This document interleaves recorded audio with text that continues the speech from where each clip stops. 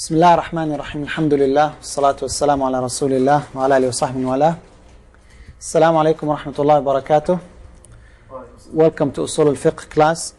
Today, inshallah, we will continue with a new topic, which is al-urf. Al-urf. Urf in Arabic literally means what is known. It's derived from the word arafa. The verb arafa, what does it mean? To know. Ta'rifu, you know. The translation is custom. And the custom basically is that which is known. This is the meaning of urf.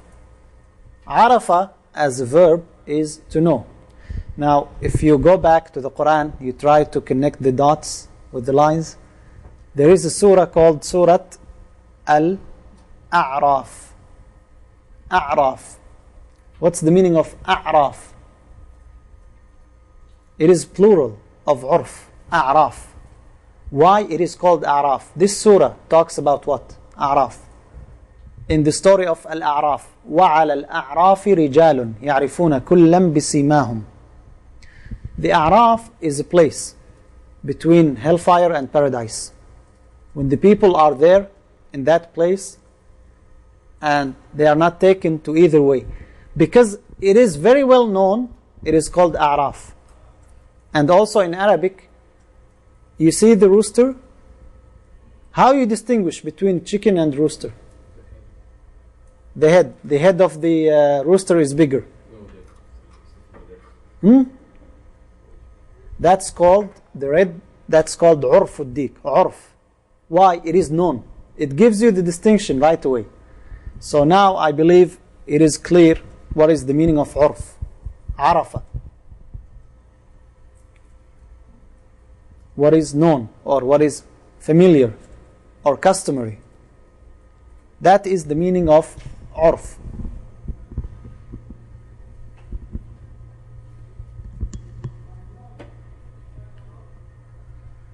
We have urf and we have ada. And we need to distinguish between these two. Do you know what's the meaning of ada? Ada. Many times, exactly, very good. You hear people saying we have to distinguish between ada and ibadah. Worship and habit. We are doing the worship because we are used to. Or you're doing the worship because you want to worship.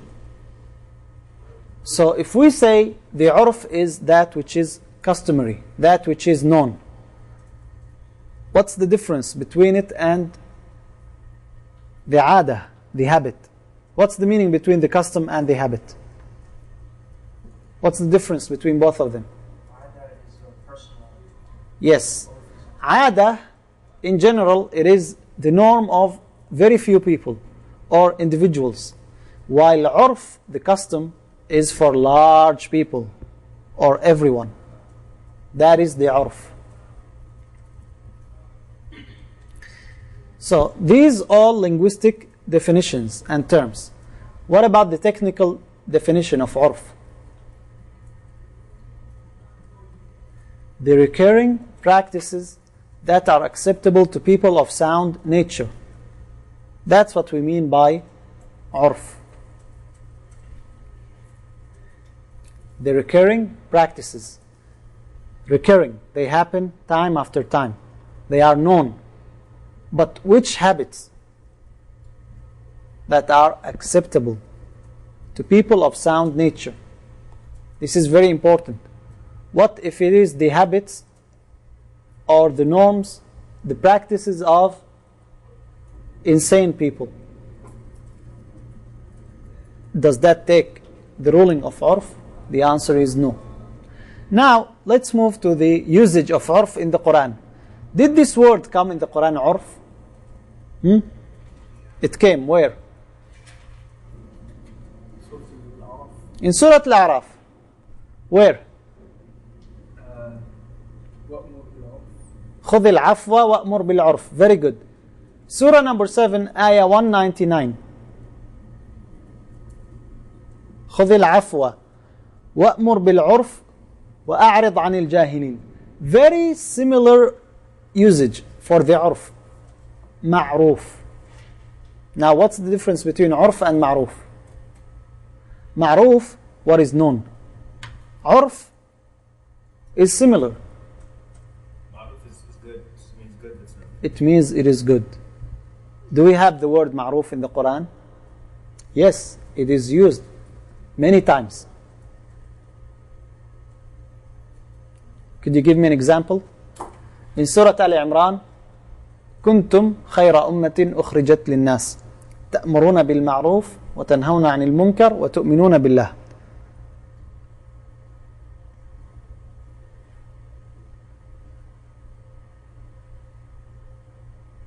Online type 1, all of you, please. It seems there is no interaction at all. You are not here at all.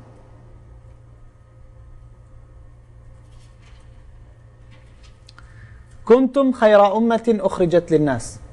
You were the best nations that are produced for mankind.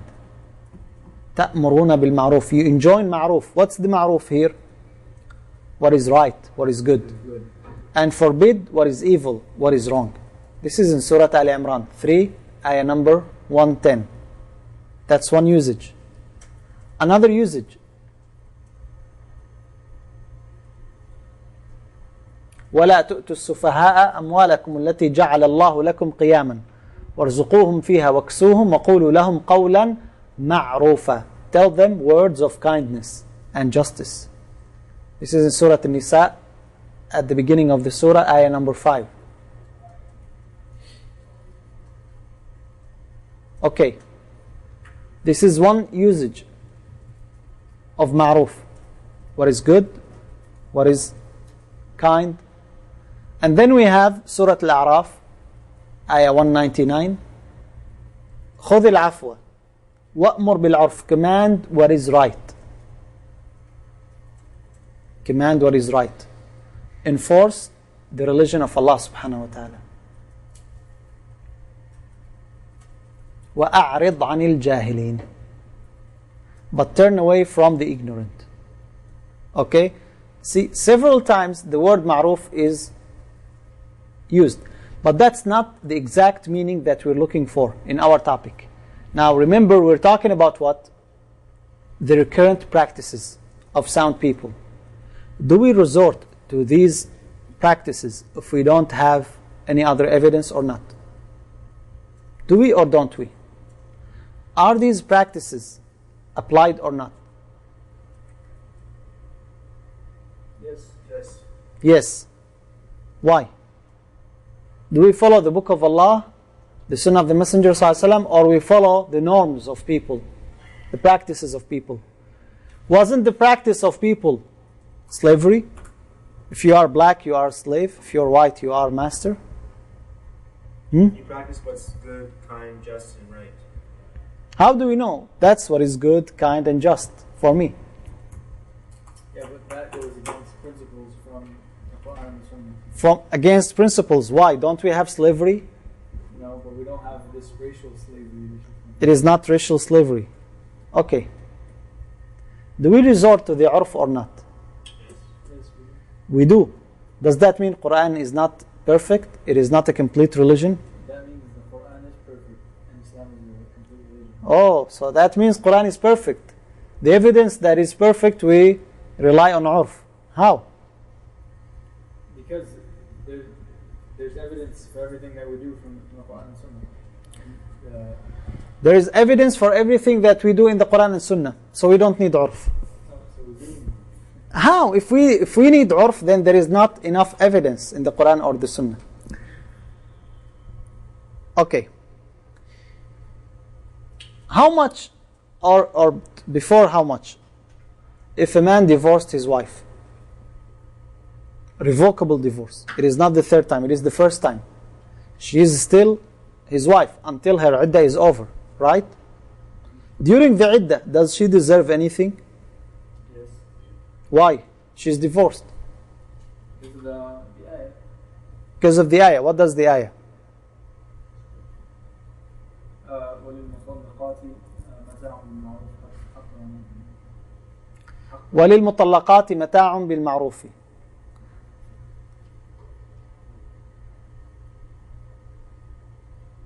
وللمطلقات متاع بالمعروف. What did this ayah say?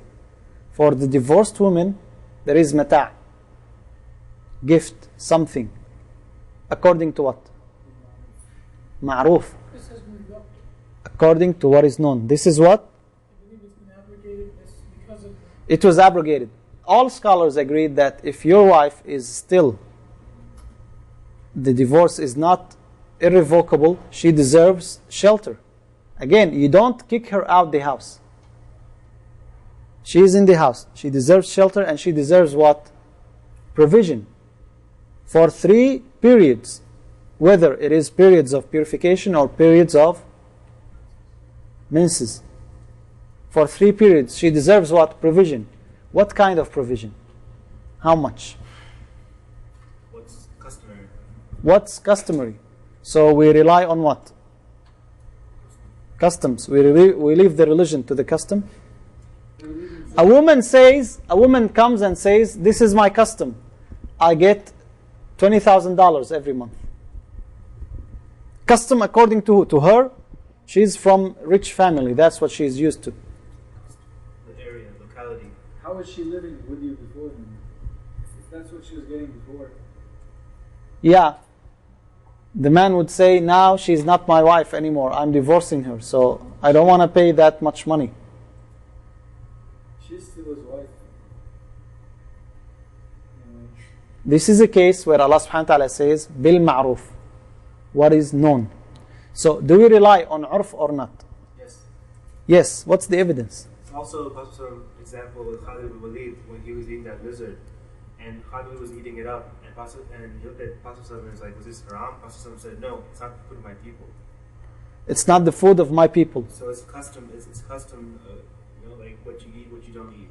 So according to your custom, this becomes what do you eat and what do you don't eat. Isn't that instigating the racism? You are from this culture and he's from that culture, so we have conflict. No, I mean, if someone eats weird like in some other place and I don't want to eat it, it's because it's not accustomed to eat that. It's his custom to eat it. So you apply the custom. Yeah. But did that custom make this food haram or halal? No. No, so it doesn't have any effect. What do you think? It doesn't have any effect. So it's fine, you apply it, but it won't affect me. Or should it affect me? Now, in a contract, we have a contract of selling. You sold me your car for $10,000 and you specified every single thing in that contract. And the time of payment came and I gave you $10,000 Canadian dollars. And I told you in those 9 pages of contract, you did not stipulate that it has to be American dollars. It says dollars, so these are $10,000. What do you think? Well, the Canadian is worth more than the Sheikh, American. now it's probably okay. You will be okay. Why? It's almost the same. Probably better. That's not okay. Because it's implied What is implied? that you're paying an American dollar. You took 9 pages to specify everything. You did not mention that it is Canadian or American. So I'll give you Canadian. Or I'll give you Brazilian dollars. 100 Brazilian dollars worth $1 American dollar. That is a problem. Why? Because you won't get enough dollars. You won't get enough dollars, but you did not specify. That was understood. You have to apply. How understood? Because We are living in America, we deal every time in US dollars. What defines what is understood and what is not understood? Fine. Another thing. I took the car and I paid you $10,000 American dollars. As you want. You gave me the car, I looked at the car and there are no 4 wheels. And you told me you purchased the car, not the wheels.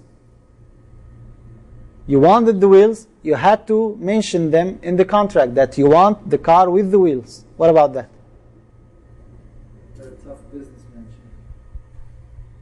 It's too bad. The buyer has to be there Has to be aware of what? when he's buying. Do you have to mention that this car includes wheels? No, Why not? because it's the custom, the way we do the trade. It is the custom. What about the spare tire? That's everything is part of it. What do you do in this case? See, if you don't apply the custom, it will be chaotic. You have to apply the customs. But to what extent? Are we going to party tonight, inshallah? It is customary here. Every Friday night or Saturday, there is a party. Happy hour. What do you think? We No. have the custom as long as it does not contradict with. It doesn't. Give me any ayah in the Quran or Hadith says on Friday night you don't party. And it's okay. No, there are many hadith. It is okay, right? But what's good? Even people who party know it's bad. Even people who party, they know it is bad. Then why they do it every Friday? They wait for... Depends on how you party. It's fun. It's still bad. Okay? You say as long as it does not contradict. There is no contradiction. In the Quran, it doesn't say you don't party. They know it's bad. It's okay. If there's halal food there, it's okay. If there is halal food. Halal music. I think the food is the problem. If there is halal woman to marry. If you know it's with the intention of marriage, it's okay. Okay? So this is a problem. To what extent you apply the custom? All scholars in general agreed that urf is applied. Actually, we have a maxim of Sharia, a principle that says al-'ada muhakkama. Two words, al-'ada muhakkama. The usage of people is a proof that must be acted upon. The usage of people. What does that mean? Urf is applied.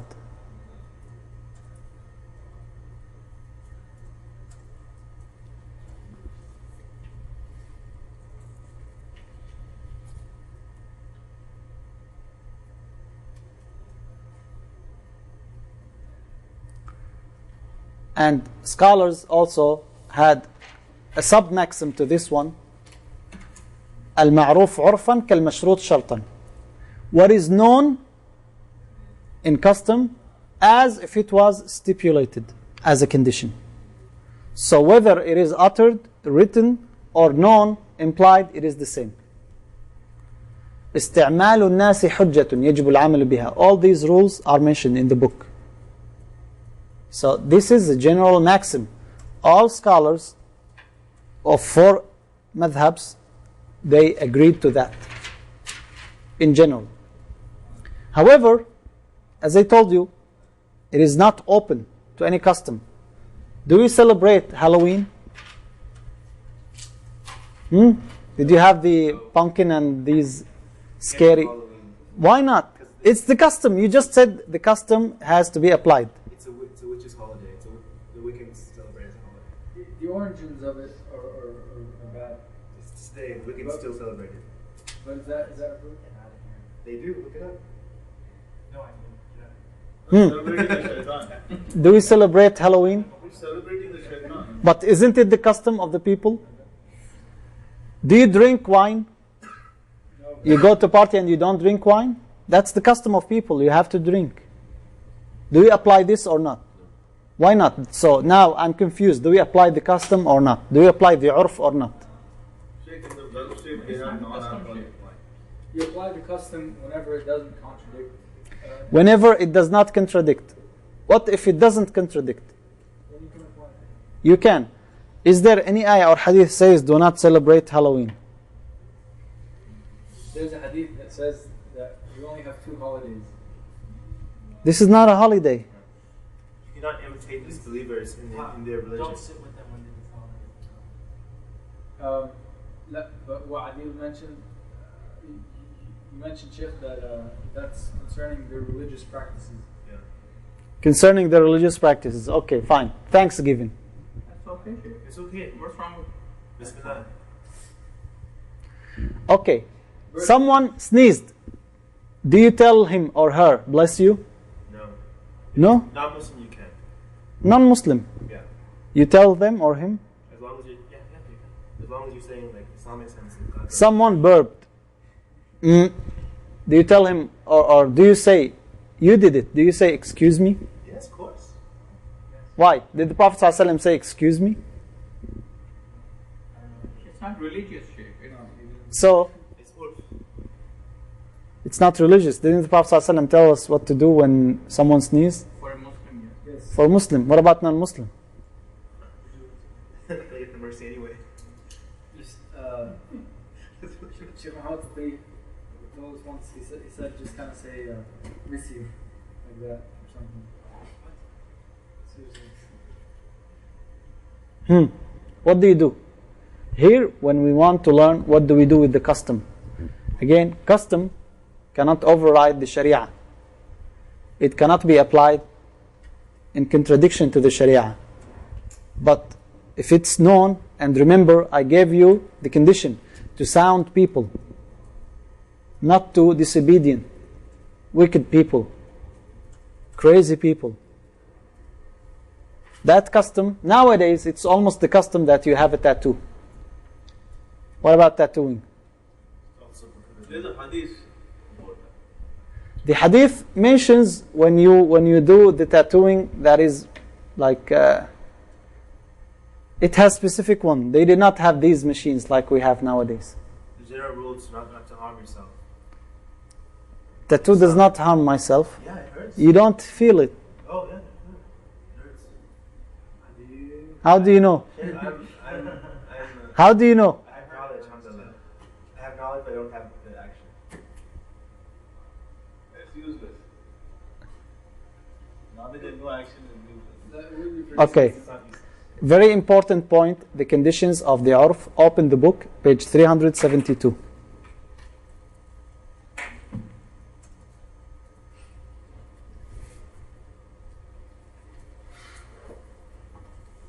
The conditions of the urf. Read.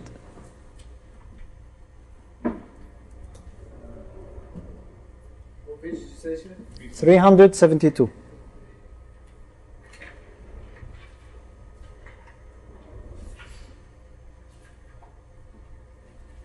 Online, all of you type 1.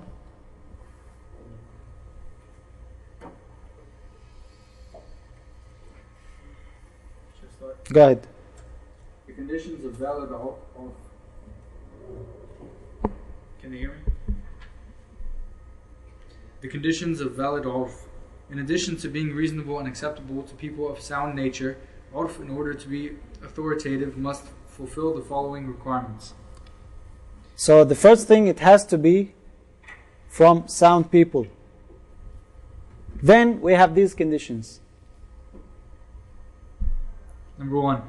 Urf must represent a common and recurrent phenomenon. The practice of a few individuals or of a limited number of people within a large community will not be authoritative, nor will a usage of this nature be upheld as the basis of a judicial decision in Sharia courts. Why? Why not the practice of small group? Because the purpose of urf is to eliminate disputes, differences. That's why it has to be a large number of people. If it's small number of people, other people will come and say, no, but the urf there is different. The custom in Sugarland is different than the custom in Toombul. The custom in Spring is different than the custom in Galveston. It has to be the custom of the majority. Okay, so we eliminate the differences. It is not the custom of small number of people. Otherwise, it will create more disputes. You tell me, oh, but that's the custom of this group. How do I know? This is the custom of my group. It has to be the custom of large number of people. The substance of this condition is incorporated in the Majallat al-Ahkam Majallat al-Ahkam al-Adliya, in principle it was magazine for the rulings. It was adopted by the Ottoman Empire. mainly in the Hanafi school of thought, about the rulings or the maxims of fiqh. And then it became issues and issues, so it became bigger and bigger, and it's very, very helpful. The Majallat al-Ahkam al-Adliya, but I'm pretty sure it is not available in English. So this is the first condition. It has to be for large number of people, not to small number of people. Second condition. Should I just go down to? Yeah. Custom must also be in existence at the time a transaction is concluded. In contracts and commercial transactions, effect is given only to customs which are prevalent at the time the transaction is concluded, and not to customs of subsequent origin. Yeah. What about the custom that was later on? And now you come and you hold me and you tell me this is the custom. But during the time when we made the contract, we did that transaction, there was no custom. It became a custom now. Now people are known. And we have several examples nowadays when we talk to people about terms that they used to mean things differently in the past. Mortgage. Now when I tell mortgage, what's the meaning of mortgage? What comes in mind? Buy a home on loan. Buying home. But technically or literally, what's the meaning of mortgage? Secured loan. Not a loan. It is, in English, the mortgage, to mortgage as a verb, means to hold. I don't want to mortgage my opinion to your opinion. That is valid, but now people won't understand it. Why? It has different usage. Was there this term, mortgage, 200 years ago or 100 years ago? It is recent. So there are terms that are new. So you don't tell me this is the custom now, as long as it was not valid during the time of the contract. Again, why is that? Because the purpose of urf is to eliminate the differences. If there were any differences, we cannot list every single thing in the contract. So we leave things to what is custom, what is known. This is number 2. Number 3. Customs must not contravene the clear stipulation of an agreement. The general rule is that contractual agreements prevail over custom, and recourse to custom is only valid in the absence of an agreement. Since contractual agreements are stronger than custom, should there arise a conflict between them, it will normally be determined in favor of the former. If, for example, the prevailing custom in regard to the provision of the dower or the mahr in marriage requires the payment of one half at the time of the conclusion of the contract and the remainder at a later date, but the contract clearly stipulates the prompt payment of the whole of the dower, the rule of custom will be of no account in the face of this stipulation. Yes, let's say we are from the Falanian country, and there we know that whenever there is a marriage happens, 50% is paid in advance and 50% later. That's the custom. Before the marriage takes place, the bride, the wife, asked for her marriage, for her dowry to be paid fully. She said, I am unique, I am more beautiful, I have lots of expenses, I want all the dowry in advance. And you agree to that. Then the marriage happens and you pay how much? 50%. And she comes and says, where's the rest? You say, well, this is the custom. And it is true, the custom. But do we apply the custom here? No. Why don't we apply the custom? Because we agreed on a condition. We agreed on a condition. And when you agree on something, it takes precedence. Just like when we have tacit approval from the Messenger ﷺ, and we have a direct command in contradiction. Which one is stronger? The command. Of course, the command is stronger. We have levels. The same thing here. Which is stronger? The condition that is stipulated or the custom that is implied? The condition. It is stated specifically. So this is condition number 3. Number 4. Lastly, custom must not violate the nas, that is the definitive principle of the law. The opposition of custom to nas may neither be absolute or partial. If it is the former, there is no doubt that custom must be set aside. Examples of such conflicts are encountered in the Bedouin practice of disinheriting the female heirs, or the practice of usury, riba, and wine drinking. Yeah, and that's the most important condition. Can we apply custom in contradiction to Sharia? Of course not. Now, sometimes it is not mentioned specifically that this is contradiction, but it is general. An example for this would be the story of Barira radiallahu anha. You all know Barira was a female slave. Her people agreed that Aisha will free her. Her people own her. Aisha radiallahu anha wanted to free Barira. So they said, yes, Aisha will pay us the money and we will free you, but your loyalty, your alliance, your allegiance will be to whom? To us. While in Islam, the allegiance should be to whom? The one who free you. Who's the one who freed Barira? Aisha. So the allegiance of Barira should be to whom? To Aisha. So what did the Prophet ﷺ do with that condition? It's not valid. Although they may say this is our custom. But what takes precedence? The nas, the text, the religion.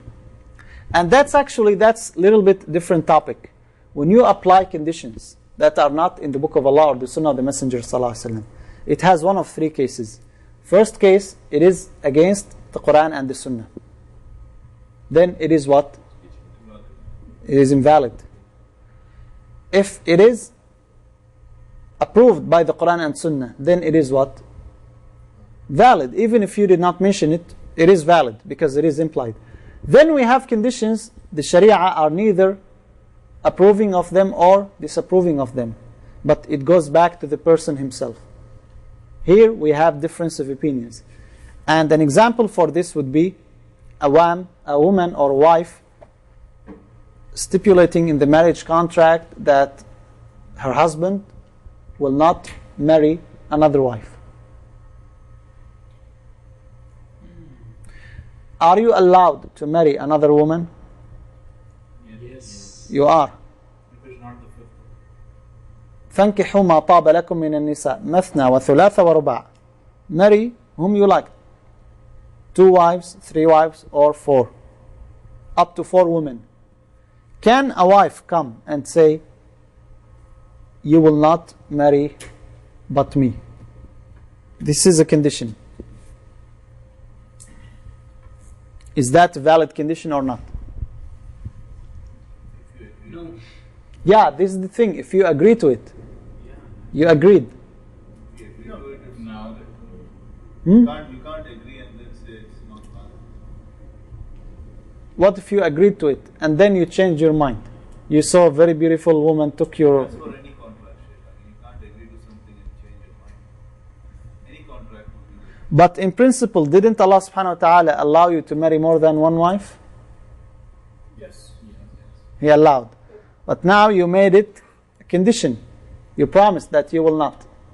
The condition is Invalid. No, it's valid. Is it valid or invalid? It's valid. It's valid. Sin is on the wife for asking for that condition. Sin on the wife for asking for this condition?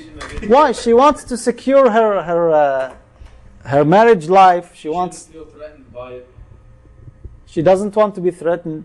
Why is she asking for a condition outside of which is Well, did the Quran say it is prohibited on you to say, I will not marry more than one wife? Now, is it a must to marry more than one wife? It is an option. And you choose not to take that option. You agreed that you will not take that option. Quran said 2 or 3 or 4? If you want. But now you wanted that you will not. Can you change that later on? It's completely enforceable. The condition is she does not want you to marry a second wife. That's completely enforceable. Enforceable. So it is valid. It becomes haram for you to marry a second. It becomes haram for you. Is it haram? What's the kafara? What if you do? No, now remember, we need to think of the consequences.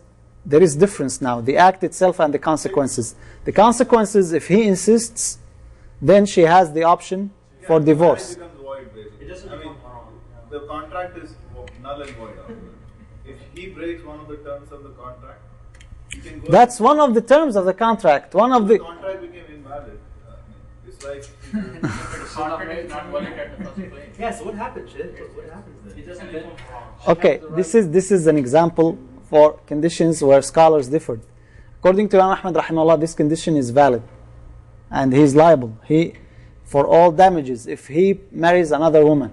Other scholars said no, this condition is not valid because it basically prohibits what Allah subhanahu wa ta'ala allowed.